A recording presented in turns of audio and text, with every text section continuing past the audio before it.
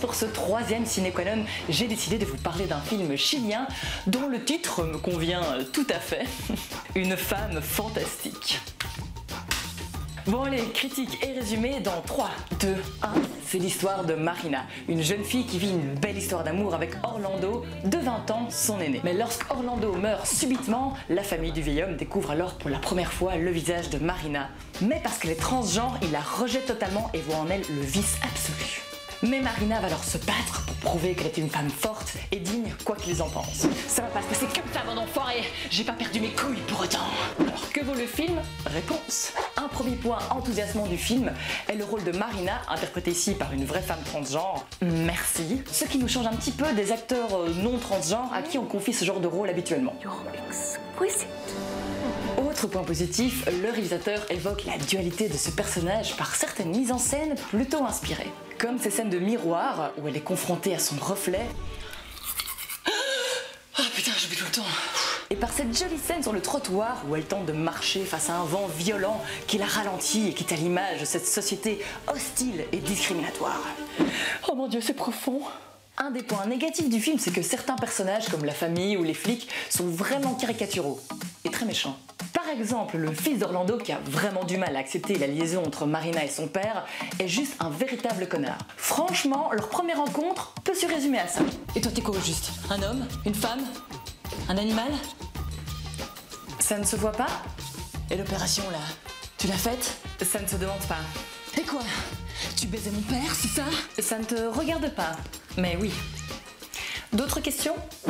Et ce n'est pas le seul. De nombreux personnages sont juste ignobles avec Marina alors qu'ils la rencontrent pour la première fois. Tu viens d'acheter une baguette, c'est ça? Oui. T'aimes bien ça, hein, les baguettes? Ouais, ça se voit, ouais. Ouais, t'es pas normal. Dérangé, va. Et quoi, vous décrétez ça uniquement sur le fait que j'ai acheté une baguette? Ouais, j'aime pas ça, les gens qui achètent des baguettes, ouais. C'est pas acheter des croissants comme tout le monde. Va te faire soigner, va. The taré. Enfin, c'est complètement débile. Du coup, ces personnages sont bien énervants. En fait, la famille a plus l'air de s'occuper du genre de Marina plutôt que de faire son deuil. Et c'est d'une violence. Enfin, malgré quelques petites maladresses, Une femme fantastique est un film poignant qui parle de la différence, du regard des autres et de liberté. Et il nous rappelle au passage que ce que certaines personnes ignorent ou ne comprennent pas leur font peur et elles deviennent agressives. Voilà, ils font ça notamment dans le film. C'est n'importe quoi, ça veut dire quoi de faire ça? C'est débile. Donc c'est pour ça qu'il est important que de plus en plus de films sur ces thématiques gay, bi, hétéro, LGTB, transgenre sortent en salle et qu'on aille les voir. Non? On termine avec les sorties de la semaine. L'excellent Michel Hazanavicius, le réalisateur de The Artist et OSS 117, revient avec un film sur un autre cinéaste culte, Jean-Luc Godard, le Redoutable. Alors qu'il est le réalisateur le plus en vue de sa génération, son nouveau film reçoit un accueil plutôt mitigé, enclenchant ainsi chez Godard une grosse remise en question. Dans le nouveau film de Darren Aronofsky, l'auteur de Black Swan, on suit Jennifer Lawrence et Javier Bardem, dont la vie de couple bascule après l'arrivée d'étranges inconnus. On termine avec une sortie française cette fois. Il s'agit des Grands Esprits. C'est l'histoire d'un prof, la quarantaine bien sonnée, qui se retrouve muté dans un collège de banlieue.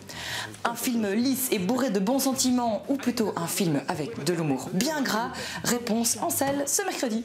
Merci à tous d'avoir regardé Ciné Qua Non. Je vous retrouve demain pour des sorties culturelles dans Tête Sortie et on se retrouve avec grand plaisir dans le prochain Ciné Qua Non mercredi prochain. Salut!